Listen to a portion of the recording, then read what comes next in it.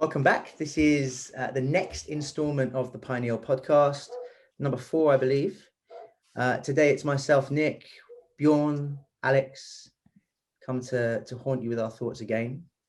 And I'm going to jump straight in today because in the previous podcast, I've kind of picked a topic and we've explored it, but I kind of want to get to know you guys a little bit more on this one, if that's okay. So I have a question to throw into the mix, and then whoever wants to jump forward first and start playing with the question, feel free. So the question that I ask you is this. What is the most transformative experience that you have had in your life? The thing that after that experience, nothing was the same. The whole paradigm of your existence changed. What was that moment? Why was it so transformative? And what lessons did you take from the process of going through that change, which have subsequently benefited you moving forward? Well, that's very easy for me. That was my second Bufo experience. I was at a retreat. It was called Elevate, Well Prepared, and basically it was actually my third Bufo experience. And the point was basically to experience myself as oneness, and that is exactly what happens, in the sense of it's something that is very hard to describe with words, because it was an experience that is not of this reality, but of somewhere else. But the feeling of being the light, being the music, complete acceptance of self, complete, like, no judgments of self, no doubts, no. And the reason why this was so transformative is the realization that the thing that I was always searching for on this planet, like being accepted and accepting myself and finding love and all that, it is something that is in me, and it's something that cannot be avoided at the end of life. But the search for it on this plane is just futile. And what this changed for me was like, I could give up the search, I could give up the seeking of this absolute of self-love or absolute of acceptance, and just play the human game, be myself and experience the experiences that are there, because there's nothing to achieve. The thing that me as a human being is longing for so much is waiting for me in the end anyways. That doesn't mean that I'm trying to get to the end faster now, not at all. But it just means I can play full out and have, like, enjoy myself.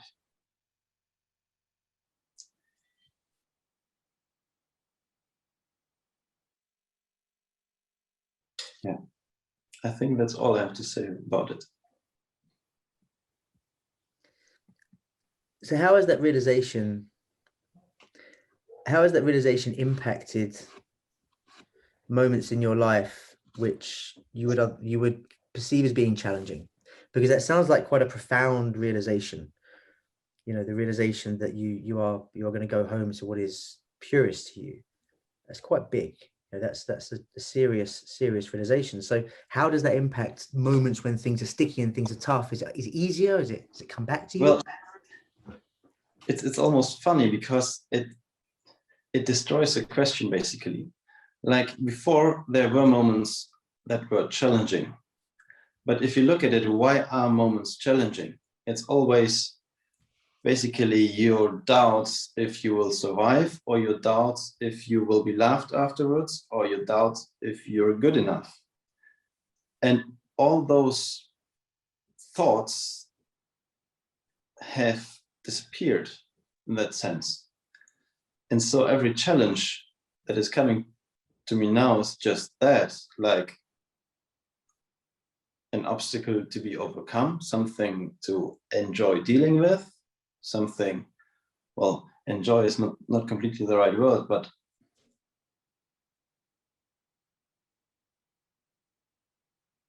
like, I would say this experience is one of the main factors that helped me to embrace every obstacle just as a challenge, as a job to be dealt with.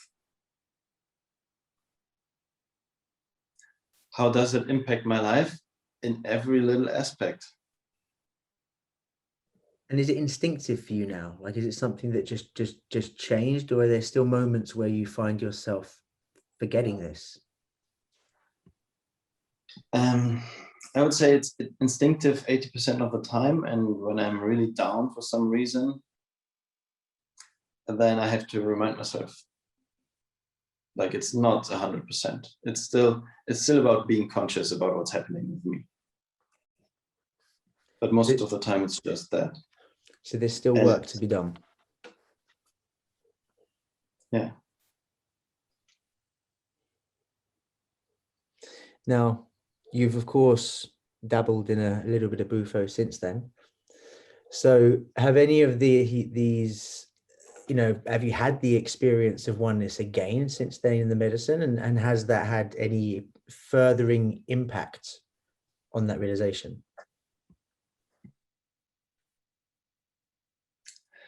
Interestingly, no. I have never had a similar experience of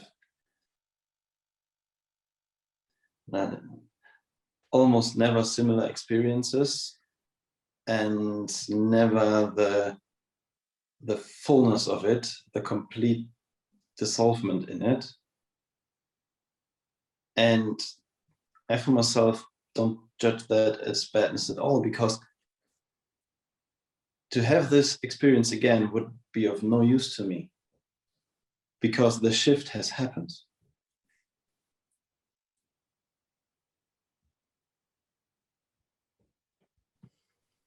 Beautiful.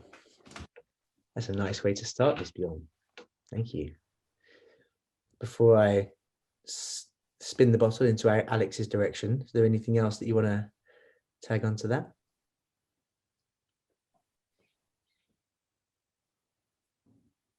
No. Thank you.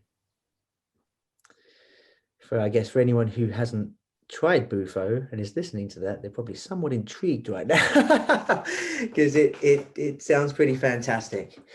And for anyone who is listening to this who hasn't tried Bufo, perhaps reach out to us and we can maybe have a conversation with you about that. Well, maybe then I would like to add a frame, like having this experience is not the point of Bufo. It's something that happens, especially if you're with a skilled facilitator who knows what you're doing and he's aiming for that. But Bufo is a tool for self-development, and a very smart tool in the sense of you get what you need in the moment, and whatever is your path, it will probably support you in walking that. For me, no, not about me. Just, it's not about the experiences. It's experience that you could get from Bufo. It's about helping you on your path. And it's not about enjoying something or, well,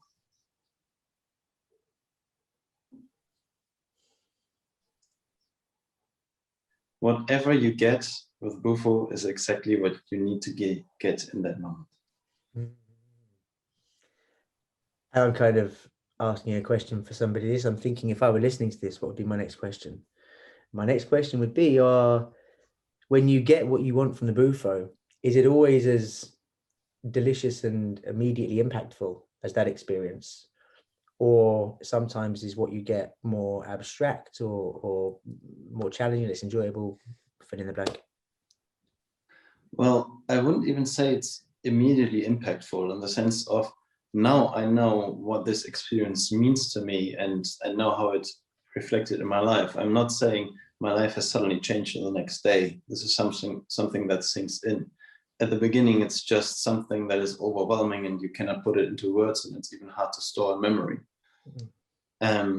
So it isn't immediately impactful. It's usually intense. And it's also not always beautiful. Like,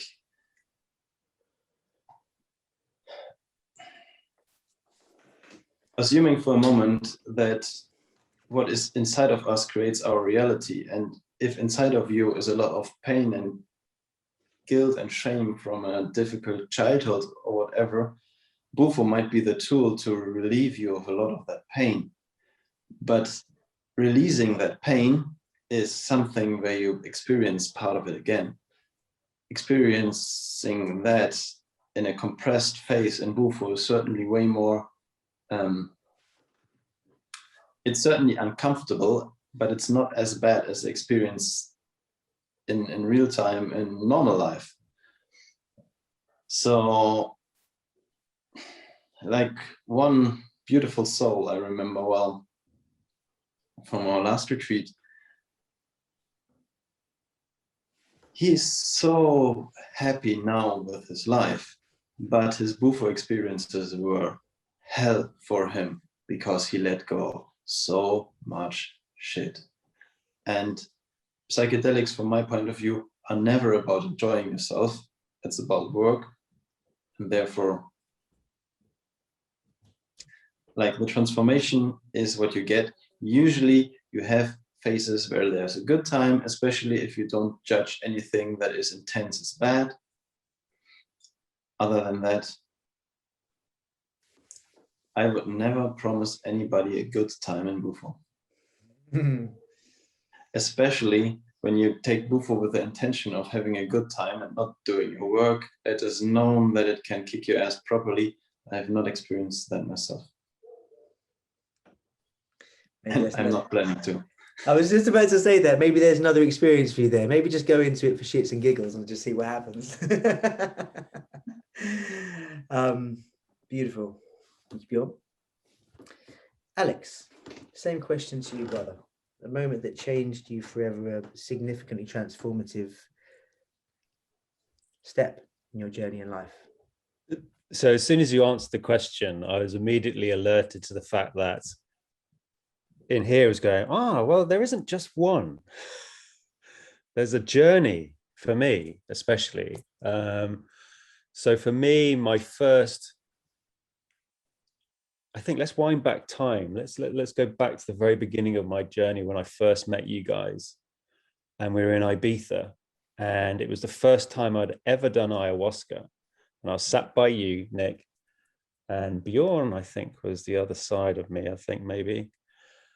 And I had no idea what to expect. I had loosely experienced psychedelics in the forms of magic mushrooms when I was in my younger years, but never dived into it too deep because I was scared shitless, absolutely petrified of what might be revealed.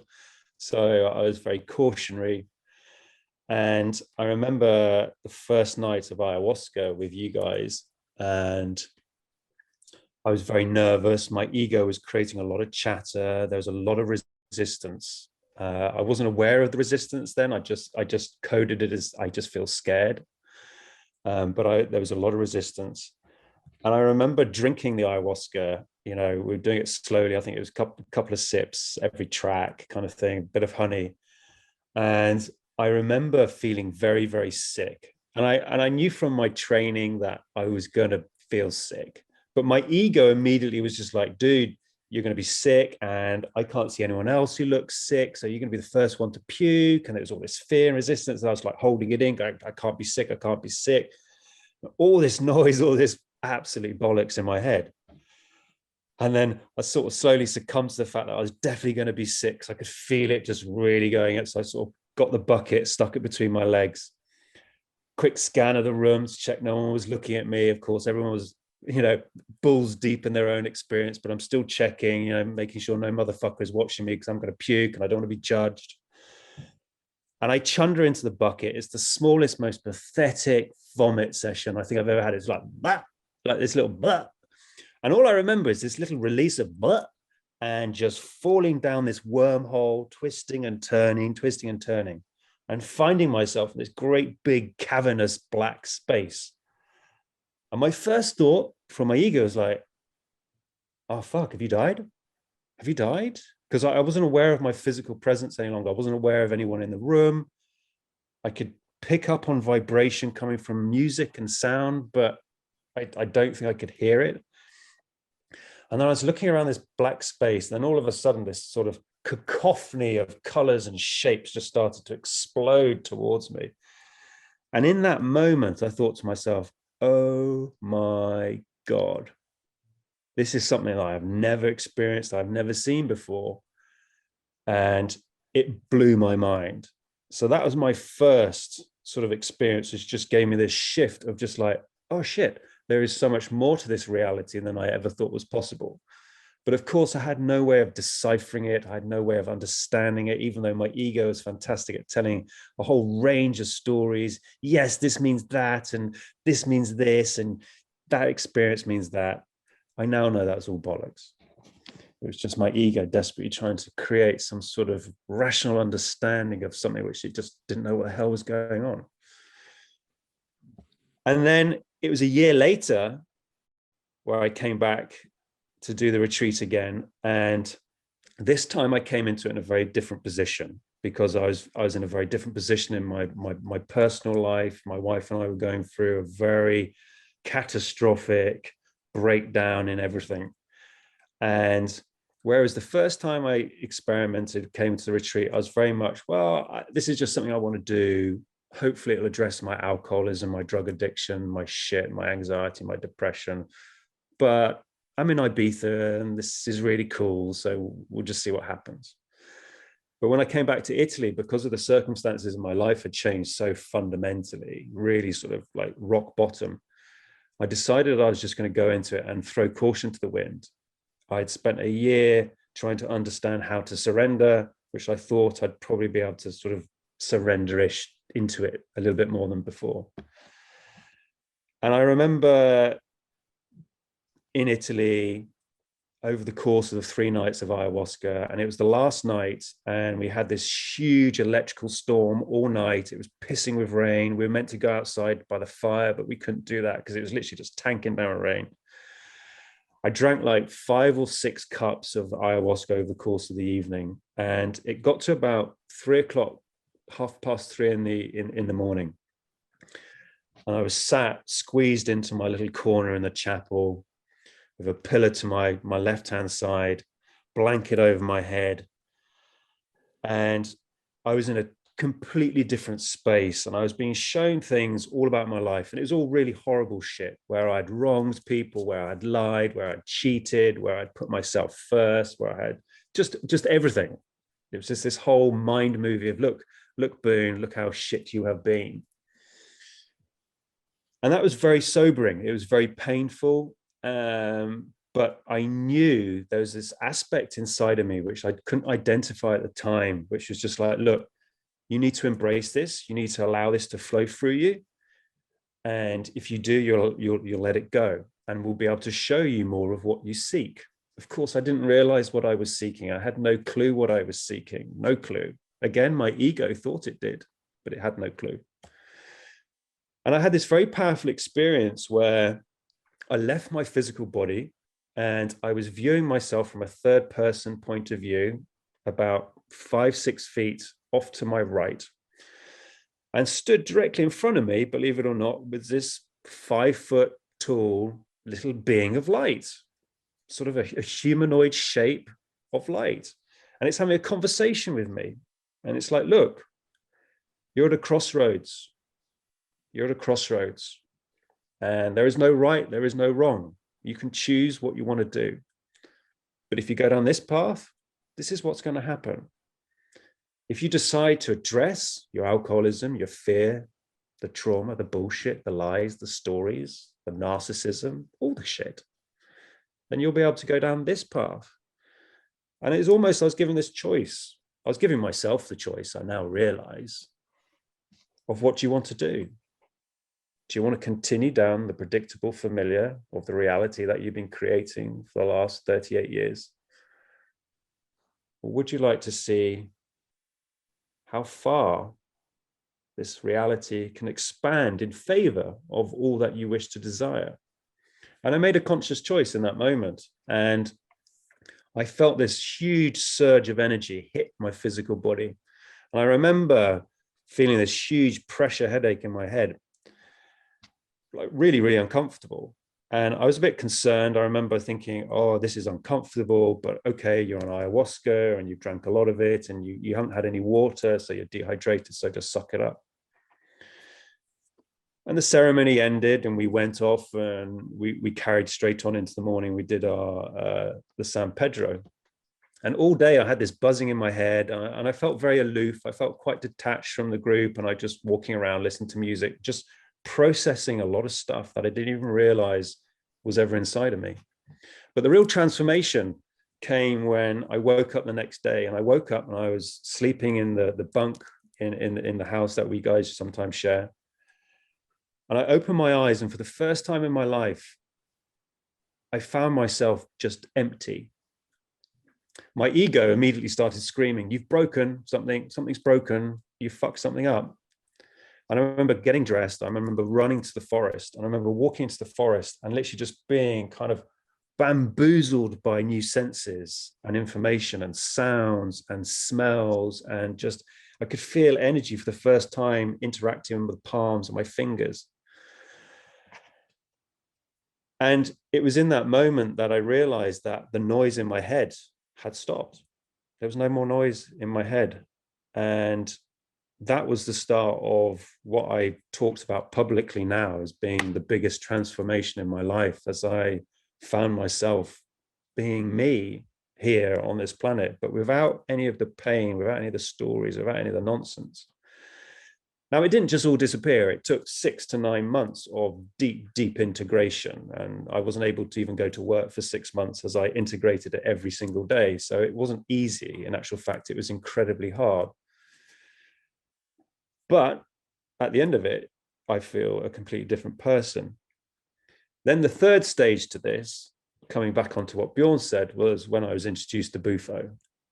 And the first few sessions of Bufo, I couldn't understand it. It was such a powerful experience.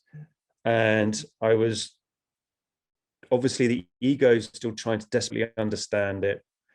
And for a while, I couldn't see where Bufo would sit into my tool chest of instruments to help me grow and evolve.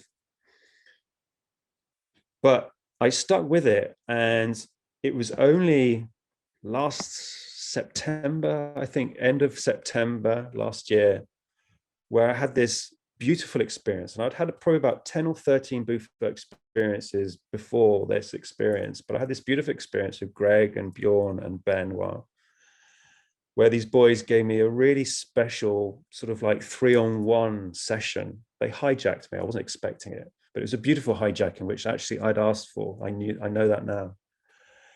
And in that moment, bearing in mind the 10 or 13 times I'd done Bufo before, which just left me having this, oh my God, this is just an incredible experience and just so much information. This time was very, very different. And it allowed me to sit with myself without any of little Boon, little Alex, none of the human aspect of me. And it was beautiful. It was like meeting a futuristic version of myself. And it just showed me without any doubt in my mind that everything in my life, it didn't matter how I coded it, good, bad, right or wrong, had been perfectly designed by me to help me, to push me, to get me to where I want to be, where I am today, or where I'm at least on the journey still. So it was those three sort of sessions over the last 2.5 years, which have all accumulated into this very, very powerful transformational experience. And the only way to describe it is that I don't feel I'm the same person. I don't remember little Alex from 2.5 years ago. I don't remember that life. I look back at photographs. I don't drink. I don't abuse Class A drugs like I used to. I don't have any anxiety. Well, occasional anxiety will flip in, if something's going wrong, but it's immediately dealt with. So those long-winded explanation is how I felt from my sort of personal experience. But it wasn't just one, it was multiple experiences over time.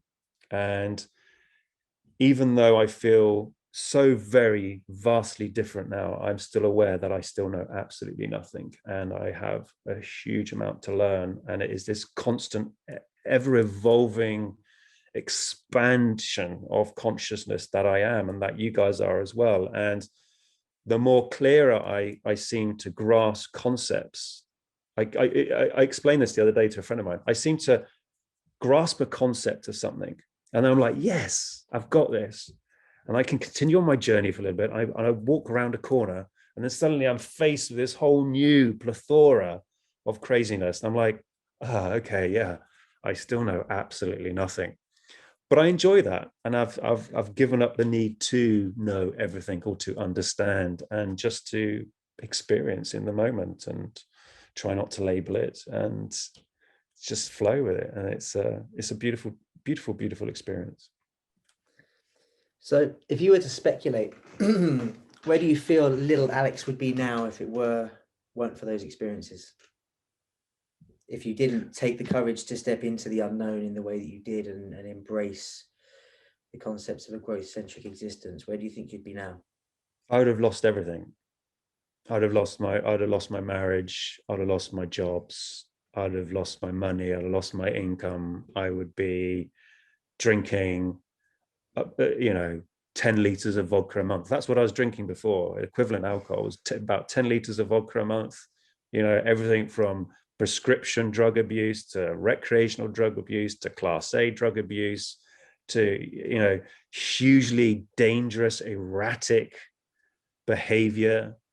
I wouldn't be where I am. Like, I wouldn't be where I am. I wouldn't be anywhere. I would be, I don't know, I'd probably be dead, because the person in my life would have left me. So I wouldn't have that support. And I would have retreated. I would have just pulled back and just hidden in a cave somewhere. And yeah, I think I'd been in a very, very upsetting, dangerous, tricky position. And it reminds me of a story, actually, very quickly. I don't want to dominate this conversation, but it reminds me of a story where I was driving through central London. I was in my car. I was in my nice convertible sports car. I had a spliff in my hand, and I had a bottle of cider in the center console, roof down because it was a sunny day. Driving through central London, and I get a knock on my window, and there's this police officer on a bike looking at me, and he flips up his visor and he looks at me, and I'm like, hey, and he's like, what the fuck are you doing? And the saddest thing was, my reply to him was, I don't know. I don't know. And it was in that moment, subconsciously, because that was probably 3 months before I went to the first ayahuasca retreat, that I was like, oh shit, man, you are off the rails. You are off the rails. And it doesn't matter the stories you keep telling yourself. Well, I can't be an alcoholic. I can't be a drug addict. I earn all this money. I've got a nice car. I've got a nice house. I can afford to do whatever I want. I go to work. I add value. Well, I thought I did. I add value to people's lives. It's all these stories and bullshit that I created to cover up my own insecurities and fear and vulnerability. It was all nonsense. And the call to adventure you received to come and play in Ibiza, was this the first time you'd had such a call? Had there been opportunities to kind of step into a different path prior to that, or was this the first time that kind of invitation had presented itself to you?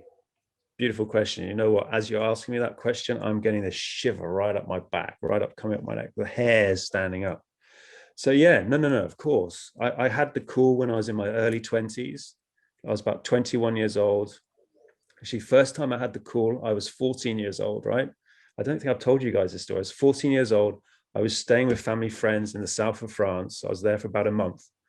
And I was swimming in the swimming pool at night by myself. And there's this huge electrical storm going on down in the south of France, amazing electrical storms, great lightning, right? And something just comes over me, this huge fear.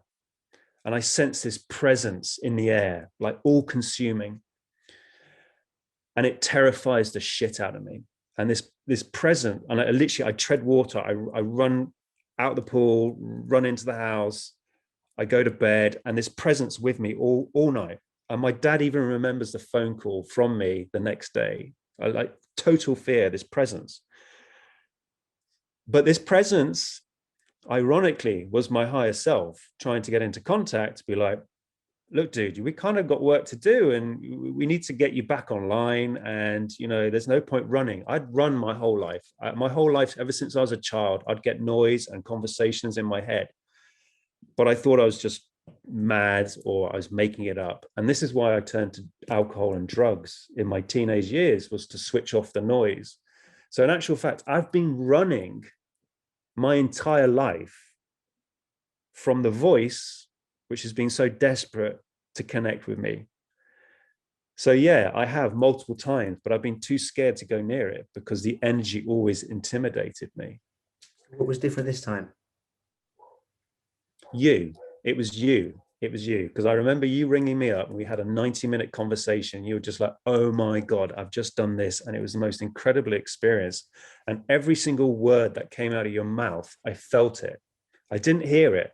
I wasn't listening to anything you said that day. I remember it so well. I felt it. And after we hung up that Skype call, there was just this voice, which I now know is me, the familiar little voice, just like, I don't care what that costs. You're signing up. You're doing that. So yeah, it's all your fault. I hear that often. One of my favorite quotes I've heard is, "Hey Nick, you tricked me into my spiritual journey. Thank you for it, but you tricked me into it." That's one that sits nicely with me.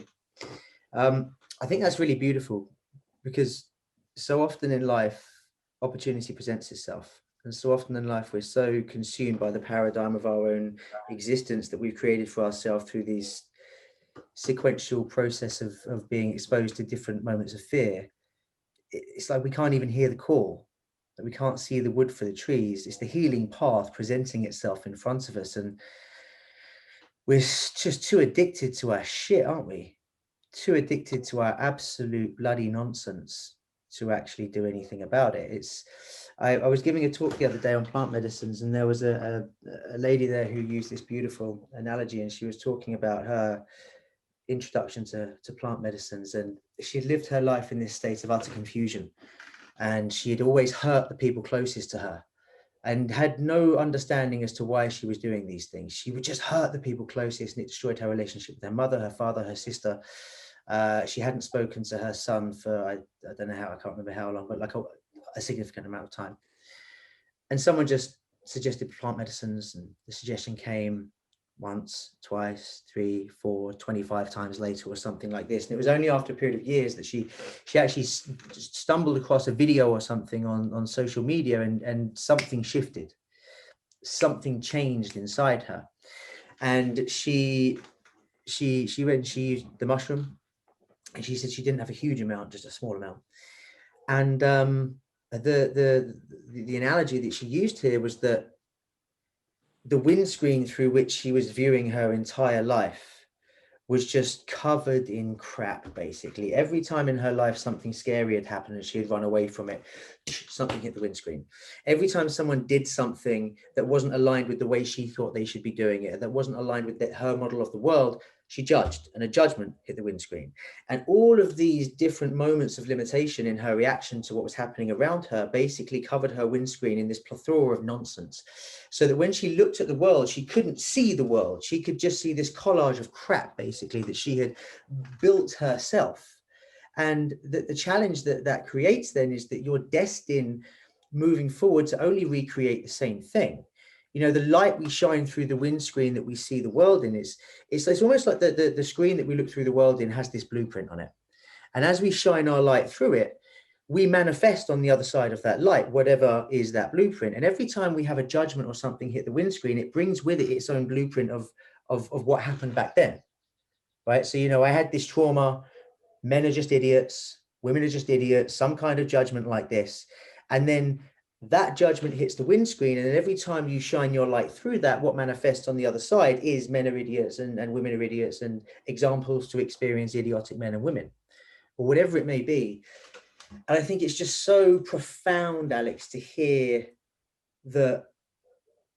It's so profound to hear that someone like yourself, who I consider to be incredibly inspiring in the way that you embrace your work and you do your work and you run towards it, avoided it for 20 years. Because I think sometimes when people look at a person who's done their work and is really, really in a fantastic place, it's easy to put them on a pedestal. The Jesus effect. Well, he was Jesus. He was the Son of God. I can't be that good, so I'll go over here and be bad. You know, and it becomes unattainable. So I think it's really profound to hear you share that. So thank you. Well, this is the thing, though, and it's such a beautiful point. And I've had lots of people sort of suggest the same, you know, via social media, because obviously I talk about my journey a lot. And, you know, I've had people come up and say, you know, it's amazing what you've been able to achieve, but I don't think I can ever do that. And you're just like, I didn't think I could do it. I tell you what, the most scary, one of the most scariest things I ever had to do was to have the conversation with myself about giving up alcohol, because the whole idea of giving up my beautiful crutch, the thing that got me through all of the pain, it was this perfect program that I'd created. Just get drunk, and it just fixes shit. And I can't tell you the internal conversations I had about, I can't give up alcohol. Like, how am I ever going to go out? How am I ever going to talk? How I don't even know. It was so overwhelming. And now I look at it, I'm just like, that was just so easy. It wasn't, but it was. That's the crazy thing is that the further and the deeper you go into your journey, and you hold that warrior spirit in your heart, and you're like, okay, fuck it. You know what? I've been in pain for 30 odd years. Like I've felt so shit. And if more people are really honest about actually how they really feel, instead of the bullshit stories they create to say, actually, I'm fine. I wasn't fine. There was no part of me that was fine. I might have looked like a duck slowly breezing across a nice little pond, but underneath I was paddling, I was doing damage limitation, I was covering my ass in so many different ways. Why? Because I was living a lie. I was coming from a point of complete fear, total lack, total insignificance. I felt so vulnerable in the world. I felt so desperately insecure, you know, and then all the different behaviors which come manifesting from that point of insecurity and insignificance and lack. You know, I say this to like one of my mentors. I'm just like, I don't recognize that individual because I'm not that individual anymore. It's like he's died. He's died. And you know, that time in Italy, the stormy night when I had that really powerful experience, you know, and I said to my parents, I died that night. The real version of me, that one of me who's growing up as a child, that he died. Like proper death. And he has died a little bit more every single week since the start of that journey. And he continues to die as I continue to come in to this experience. And it's interesting because I remember reading a quote years ago, and I'm going to paraphrase it, but it goes along the lines, the key to life is to die before you die, kind of thing. And I never understood that. I was just like, I don't understand. What the fuck does that even mean? But I now realize that actually my ego, the human mind, the basic programming of this vessel that I am a part of temporarily, created a huge amount of limitations. In actual fact, that's all it was doing. It was viewing, it was decoding this reality and creating limitations every day. And what I've been doing for the last 2.5, 3 years is trying desperately to delete each one of those limitations, because the more limitations I can delete, the more light I can bring down. Because like we sort of said the other week, and the biggest realization for me was to understand that I'm not human. I'm in human form temporarily, but I'm a spiritual being of consciousness. There is no such thing as death for me. This is just a temporary experience, and the person you call Alex or Orson is just a fraction of the energy from my true self, which we decided to incarnate into this beautiful, attractive vessel, this beautiful beard. And once you can let go of all the difficult programs that I picked up as a belief as a child, which then stop your highest self, your source energy, from truly projecting into this experience because you've forgotten. We play this game of hide and seek. Then once you recognize that, you can delete these limitations. You can write a different script. You can control your emotions. Fuck it. You can actually control your entire reality because you are the master of your universe. You are the creator God of your universe. Because we tell ourselves these stories. Well, this meant that to me. Well, I didn't like that. Well, try telling yourself a different story about it. Try it. Oh, tell myself a different story. Oh, it didn't seem so bad then. And this is the secret, is that we can code and control our realities by telling ourselves different stories. And that was a hugely enlightening moment when I realized that I was in control of my reality. And I needed to stop blaming everyone else for my demise. And I needed to accept that if I thought that I was in a position of demise, vulnerability, then it was my fault. And in actual fact, my higher self had purposely put my ass down into that shitty situation. So it forced me to grow. But it didn't matter if I grew or if I failed and died, because it doesn't matter. Because we just rinse, repeat, and respawn. It's fine.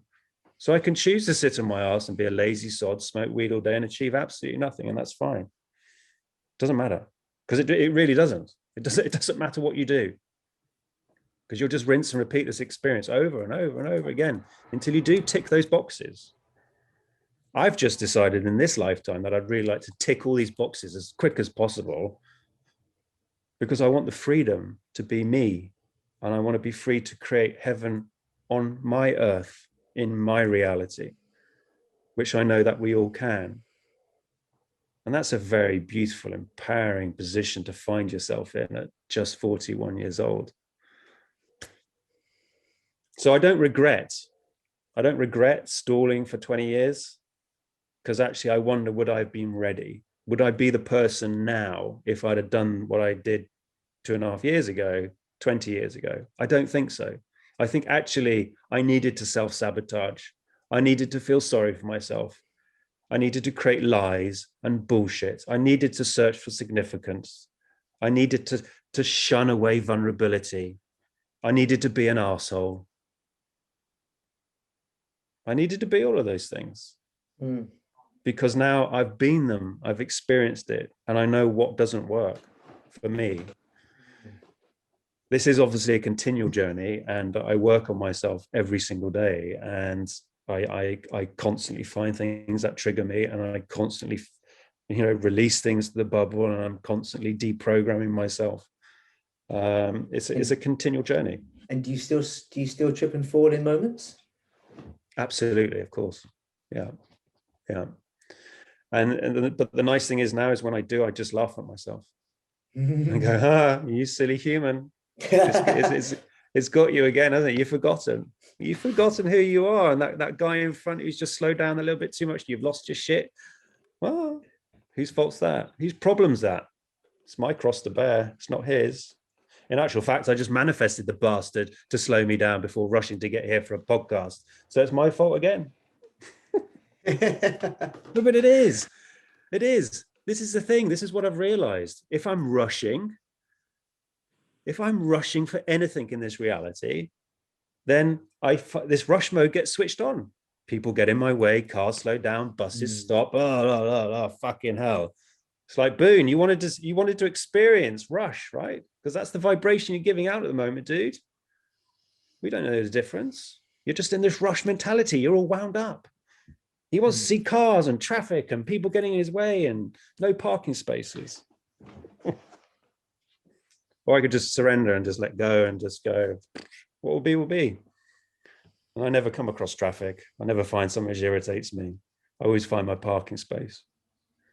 But I seem to play this game with myself where I'm just like, well, yes, I can choose to be amazing. But actually, sometimes I just choose that I'm just going to make life hard just to remind myself. Because I think sometimes I enjoy to struggle. I think sometimes it's fun to struggle. I think we like it. Because I think we come from a world where there is no struggle. So actually to struggle and to feel stressed and upset and pissed off and annoyed and angry and want to fucking smash something and punch some cunt in the face, that's beautiful. It's all part of being human. Because I can assure you, I can't punch you in the face when I'm up there. I could tickle you with vibration maybe, but I can't punch you in the face. So it's all a beautiful experience. Maybe I'll manifest someone to punch me in the face one day. I don't know.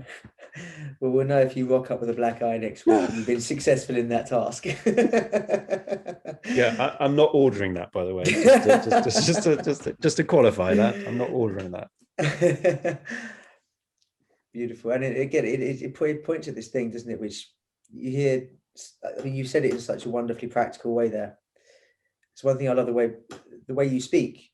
You talk about the profound in a way that's very easy to understand. Like you simplify it without losing its profundity. Because we hear spiritual teachers talk all the time about the outer world, what is the inner world. And for a lot of people that can feel abstract. I know from speaking with people and discussing this point, the way you said it, that is so simple. The traffic example is so fantastic. It really, really is. And I completely agree with you about the difficulty. And this is, I mean, you completely summed up my belief on it in so much that, you know, there's so many qualities of this reality in this dimension, which are unique to this reality in this dimension. There's a lot of practices out there for basically completely attempting to remove ourselves from all of that and stay in this other state. And it's like, well, I chose to come here for a reason. If I wanted to stay in that other state, I probably wouldn't have chosen to come here. Like there's something to be experienced. And it comes again back to this old piece about, you know, duality. It's like, you can't really properly appreciate the light without having been exposed to the dark, and revisiting the dark is a fun thing. And the same as yourself, I have like this background, which was really fucking hard back then, really, really difficult and really, really challenging. And I found, you know, kind of a spiritual path, let's say at the age of like 29 or 30. How old am I now? Yeah, 29 or 30. And I'm so grateful for that. I'm so grateful for that, because it creates that frame of understanding, that comparison frame that allows you to really appreciate where you are. And I also believe that, you know, if we consider this to be the center point, the balance point, I believe the further we go this way, the more capacity we open up to go this way. I believe there's this balanced scenario. So, and the thing I love about that feeling is I used to judge myself so hard for the stuff I used to do.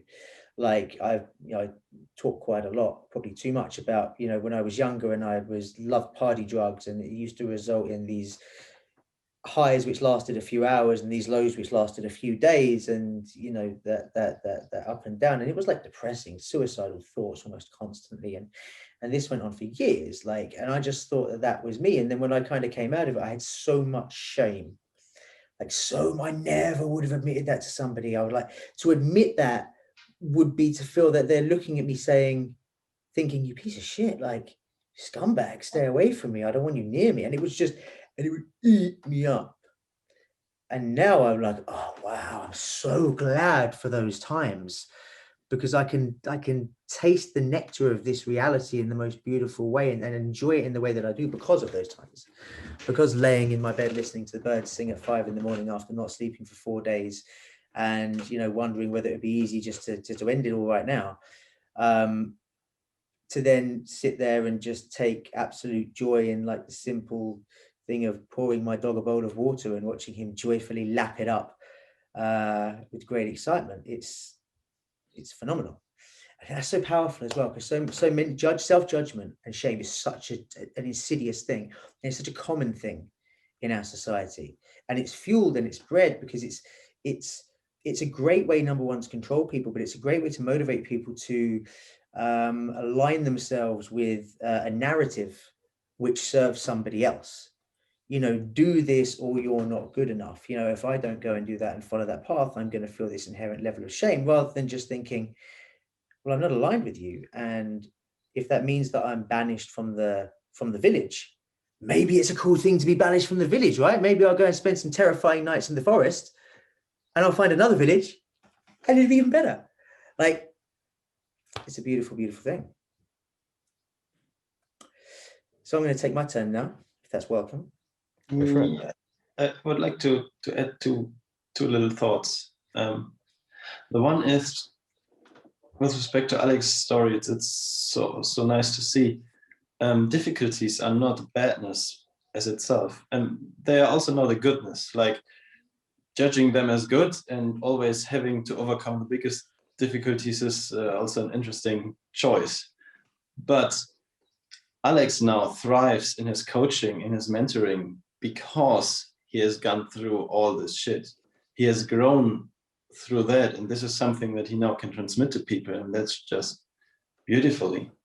And I know one person who happened to follow the spiritual path very, very early, and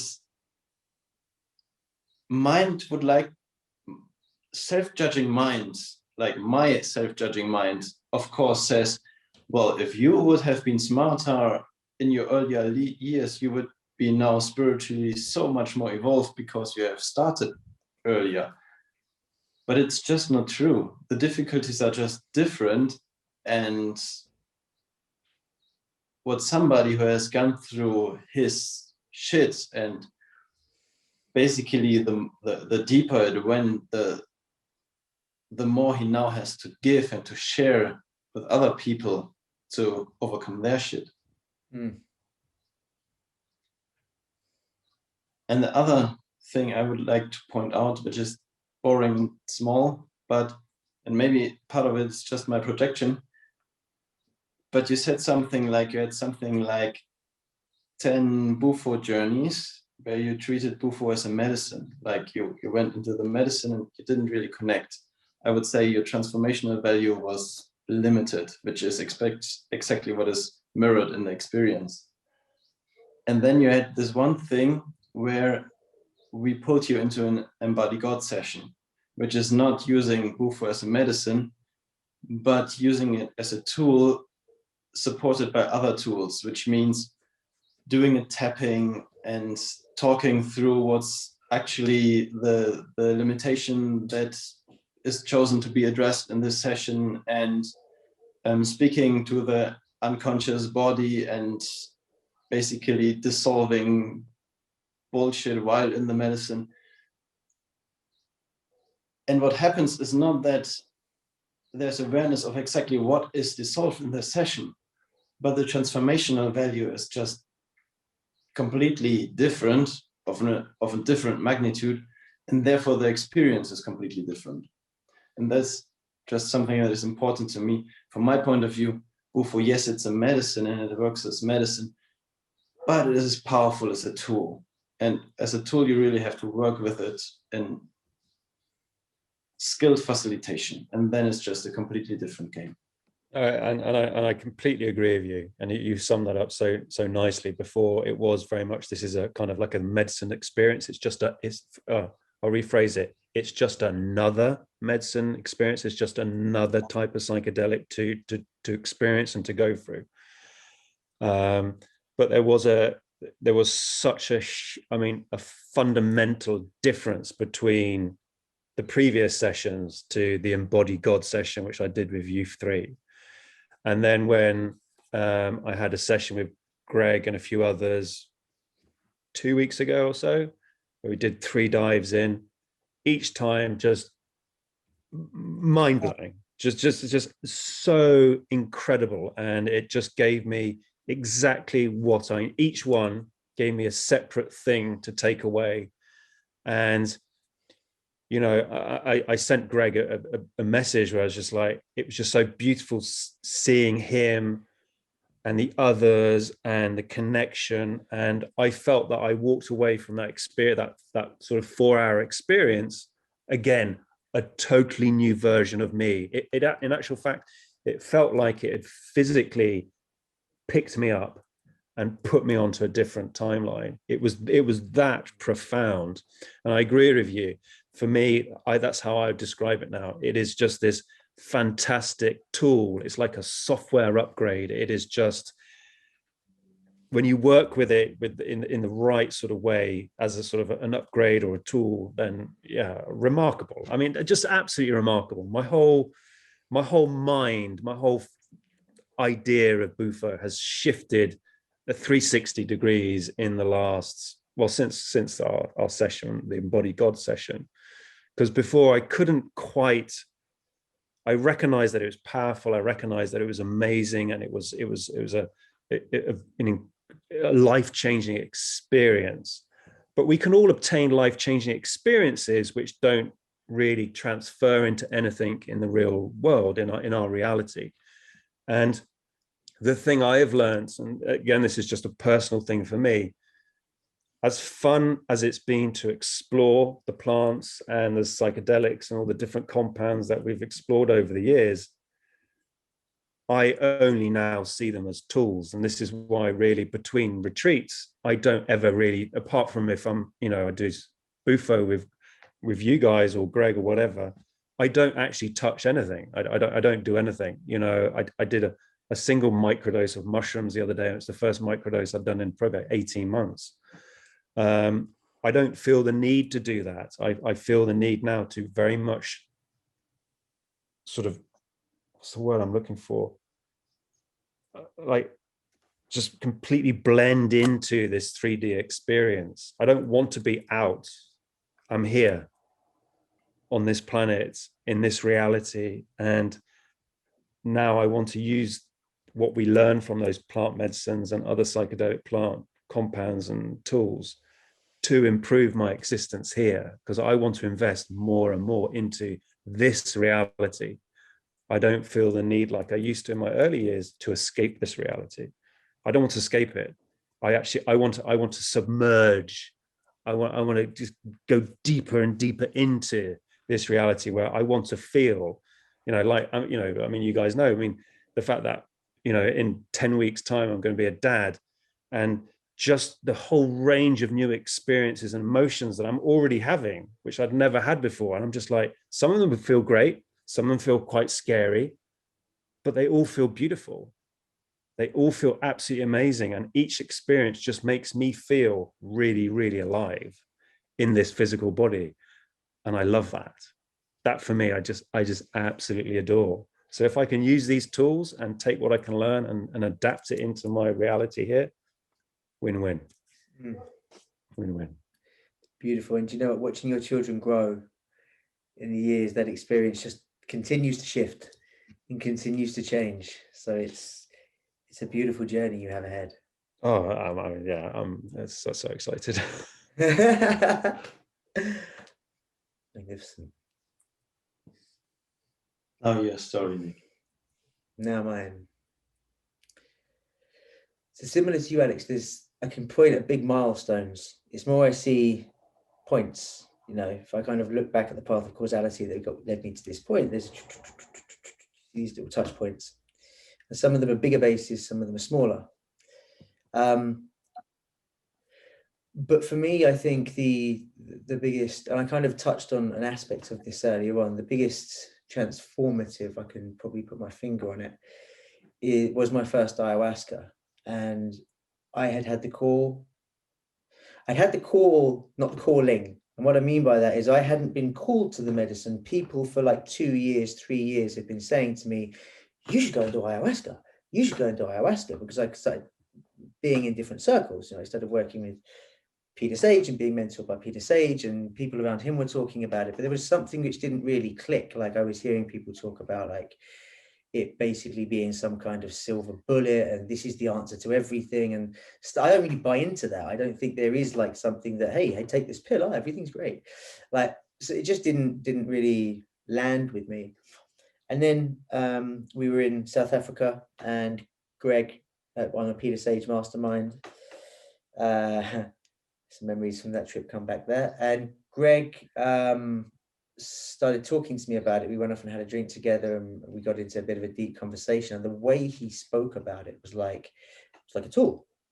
Like this is a part of your growth journey. This is and it's an incredible tool. It's incredibly powerful. The reverence and respect that he had for the process. And this wasn't some of the other people who've been talking to me about it, they were gaining too much significance from this. Greg was at most a teacher's assistant, like at most, right? And like the medicine and when you go in there and the process and everything is this catalyst for you to then go and do your work. And there's something just clicked for me. And I remember it was even the night before I was supposed to go, like me and Nina, my partner, we had been going through some really shitty times.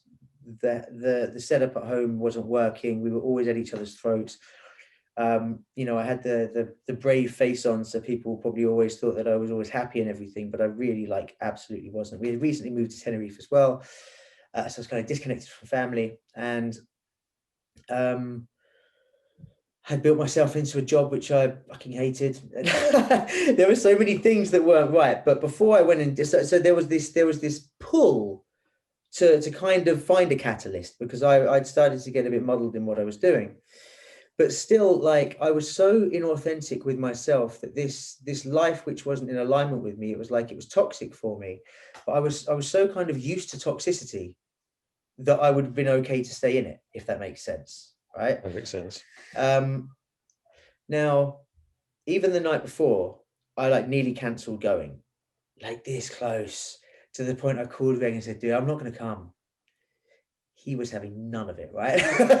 He was not entertaining that notion for a second. And long story short, I get out there, I meet everybody, and immediately I'm like, this is an amazing setting. Greg is an amazing human being. Obviously, I saw Björn there, which was fun, and there were some other people there, and it was okay, this is nice. I like these people. This is already good. But I was like completely terrified about the experience. But it wasn't kind of terror for drinking this compound, but this drink, because I in my past had taken ketamine, ecstasy, cocaine, all in the same night. Had 13 pills in one sitting, ecstasy pills, for example, right? So I didn't have fear of this in the slightest. I bent my reality in ways that weren't healthy, but I bent my reality, right? So like that didn't scare me. What scared me is it was shame, because I held so much deep buried shame inside, as I said, about that drug past and about other things. Because shame was held inside me all the time, it was the flavor of most of my experience. Like, it was the one thing that I didn't want to be revealed. It was not the details of the shame, it was the shame itself. So I was terrified of anything that could embarrass me. And this just kept me in a box. It kept me. So when I went in there, my biggest fear was that I would shit myself and throw up on the shaman, and thus subsequently ruin the experience for everybody. It would be cancelled the night, and then everybody the next day would be like, that guy's a dick, right? He completely ruined that. And I would be shunned, and I would be shamed, and I'd be forever known as the guy who crapped himself on ayahuasca. So it was just shame. But that's what I was scared of. And I remember I sat down and I took it, and it's the same kind of thing as you had, Alex. I was people saying, don't let it come up straight away, try and keep it in there. And like within 60 seconds of taking this little sip, I'm going to be sick. And I don't know whether it was just that my part of me that was terrified was basically saying to me, get this out your body, right? Get this out your body now, right? So it was creating this feeling of nausea. I don't know.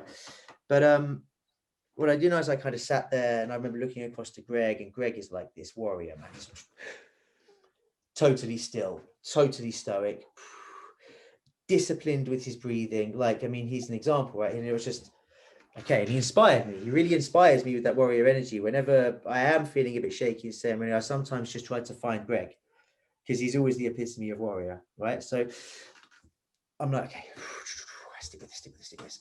Worked my way through the cup, and as you mentioned earlier, Alex, the facilitator we had then, the star was, you'd listen to a song, he'd ring a bell at the end of the song, you'd have a little sip, a finger whip, have some honey, listen to another song. Sip, have some honey, listen to another song. Sip, have. So by the point I'd kind of finished the cup, I'm like, no one's been sick yet.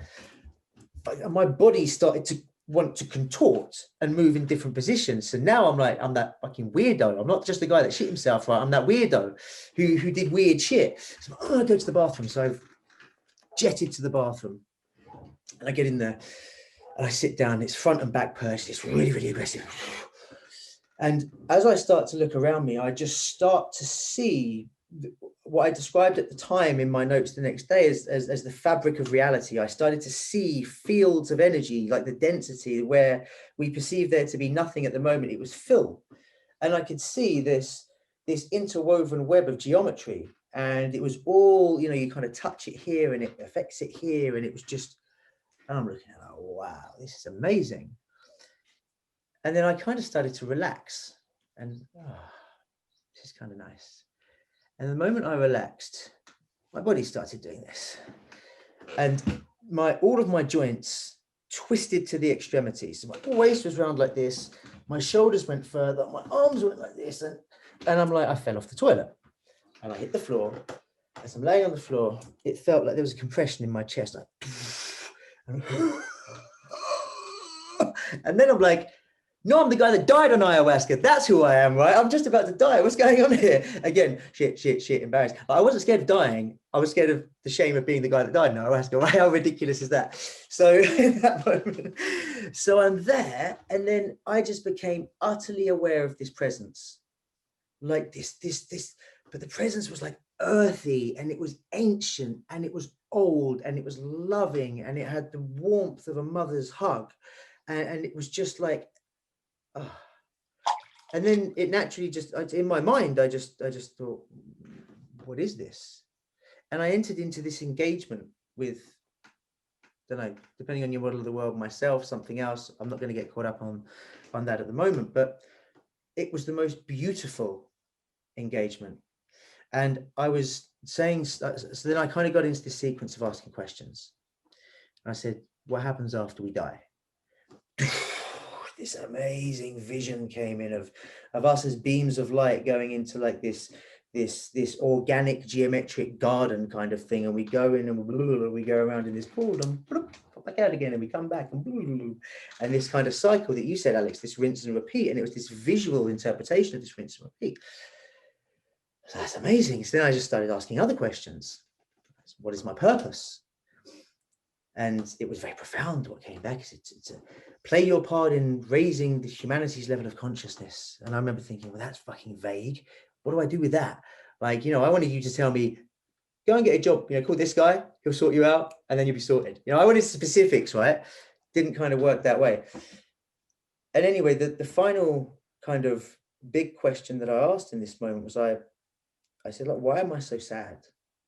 Like, why? I don't know why I can't be happy. Like, everyone tells me I should be happy. Everyone tells me I've got a great life, but I'm not happy. And the answer was clear. It was like, you're never, ever going to be happy while you're judging yourself and telling yourself that you're shit. While you're telling yourself that you're no good, while you're telling yourself that you're scum, that everybody you meet is better than you, how do you think you're going to be happy? You're self-destructing. You're poisoning yourself. You're creating this disgusting environment inside where only unhappiness can grow. Stop it. And then I am like, these things I've done, like, they can't be undone. Yeah, but you can recontextualize. You can actually understand what they are. Your understanding of them right now is what is causing the judgment, not the things. It's your understanding. It's the way you're looking at them. It's the way you're framing them. It's what you're telling yourself about them. The story, as you said, Alex, the story you're telling yourself about these things. Anyway, I got up, cleaned myself up, which was kind of important after a big front and back purge, went back in the room, kind of got back into the sequence of things. And the next day I woke up and I realized that I was still aware of the things that had happened in my past. Obviously, like, I didn't have like a memory wipe, but nothing had the same charge. Like previously, if I'd think about things that happened in my past, I'd get this overwhelming cringe and, oh God, and just, I want to hide away. all of a sudden I was thinking about them in the same way as like I remember that it rained last week. Like I'm not affected by that in any way, and I'm not attached to that in any way. It's just something that happened. And that for me was the most life-changing moment, because it was the moment, and it was like this, where I released not all of my shame. I'm not saying that, but I released it was a massive dump of shame, right? Like it was a huge release. And Bjorn, you said something earlier, which is absolutely my experience with this. Which is that you said about Alex going through his challenges, and that's what allows him to be as magnificent as he is when he mentors and when he coaches. And this is the exact thing that came through to me. It's like there are so many people out there stuck in the mire of what you used to be stuck in. So many people out there who don't get out of it, who, you know, either literally kill themselves or just destroy the life around them and just get stuck with it. And you haven't done that. And that gives you an opportunity, maybe not today, maybe you're not ready today, but it gives you an opportunity to grow into someone who can help and support those. And then all of a sudden, like everything that happened was beautiful. You know, it was like having a really tough gym session. I don't look at a really tough gym session and go, oh, my body ached, that was awful. I go, I put myself through it in there, and I'm going to really, really reap the benefits in the future. And it was like that. It's like I'd been to an emotional gym, an experiential gym for my life, where I'd experienced the most difficult, challenging things, which then meant in the future I was a fitter, more stronger version of myself, and someone able to then be an assistant to somebody else going through it.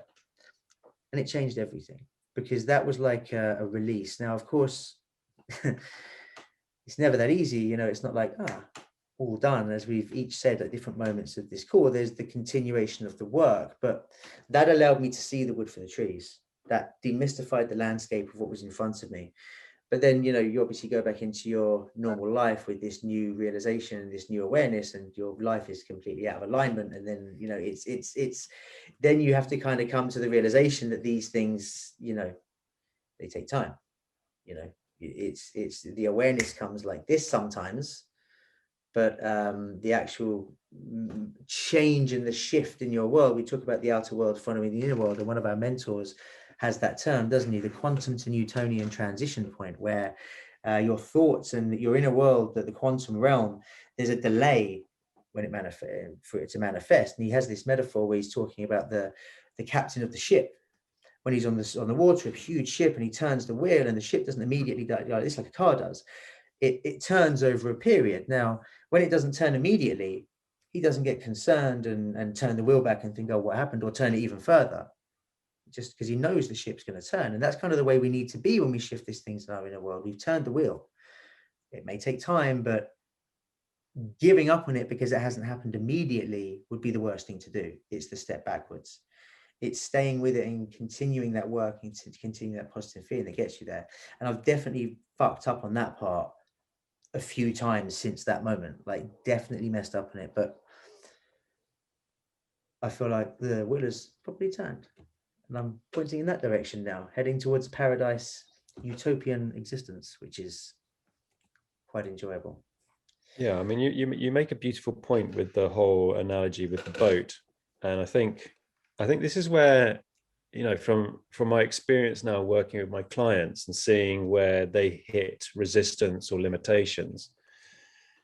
And there is this, I think we definitely live in this society now where people kind of expect instant gratification, instant results, because, you know, living in London, I can get a curry delivered to my door within 10 minutes. I can get anything delivered to my door in 10 minutes. So we're used to this sort of instant, well, this is what I want.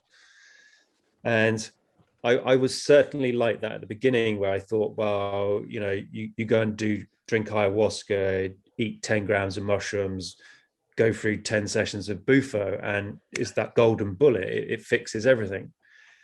And it isn't. It's the integration of what you learn in those moments with those teachers, those tools, which you then have to implement into life. And it was interesting. I think it was Walt Disney said this expression. He said, never try and change one thing by 100%.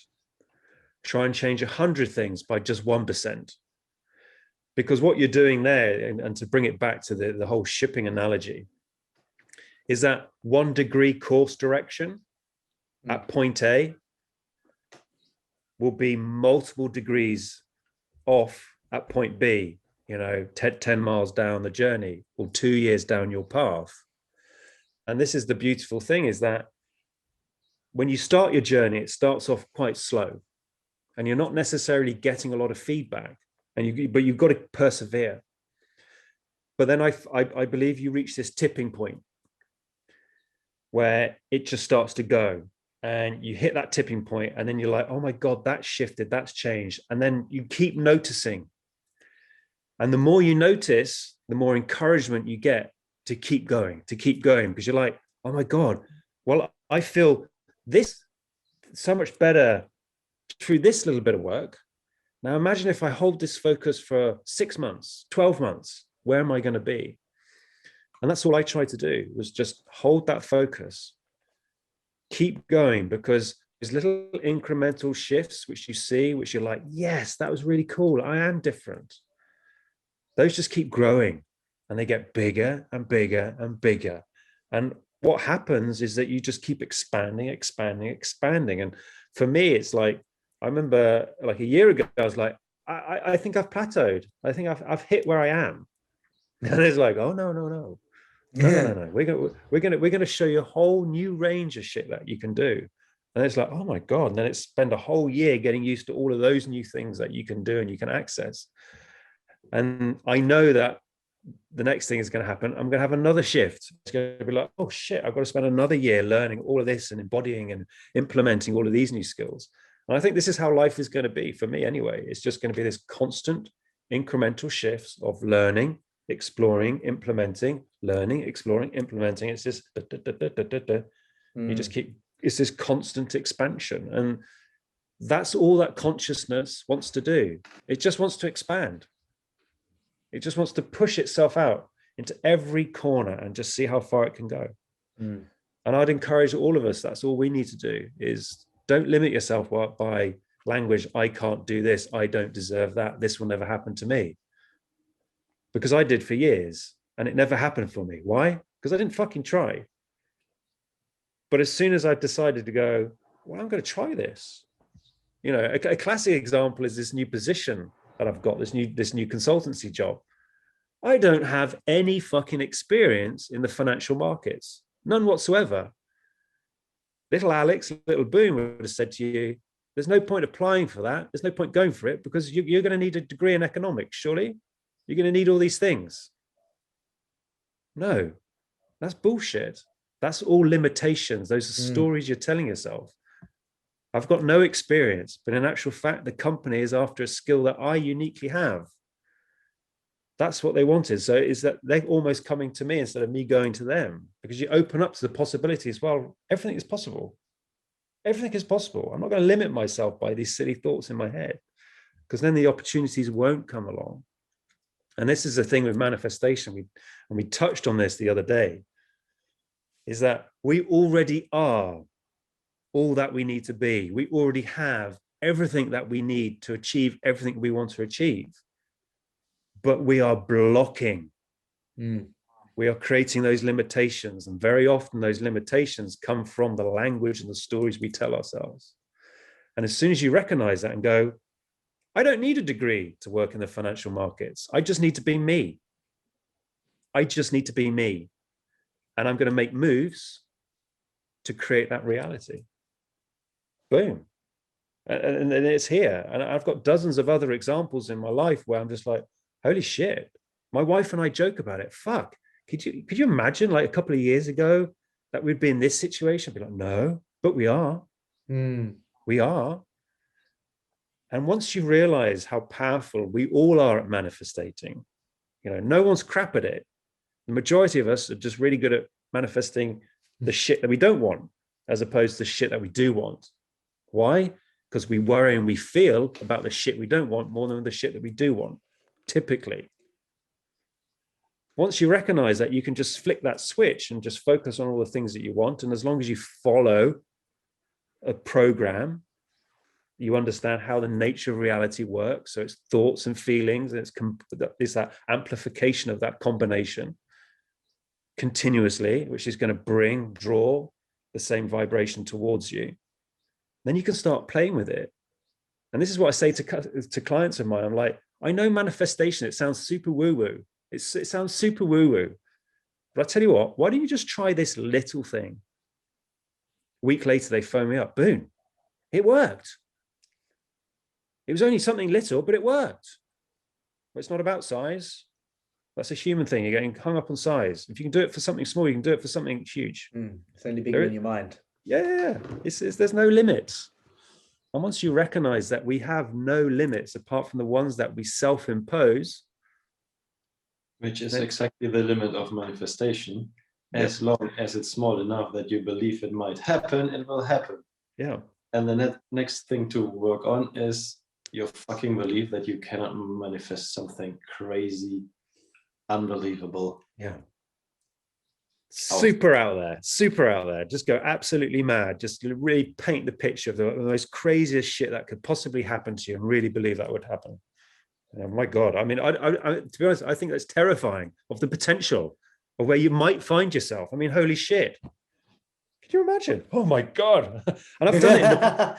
I know, seriously, I've done it in the past. And Hazel's told me off where she's like, dude, you need to stop manifesting this shit because you're not ready for it.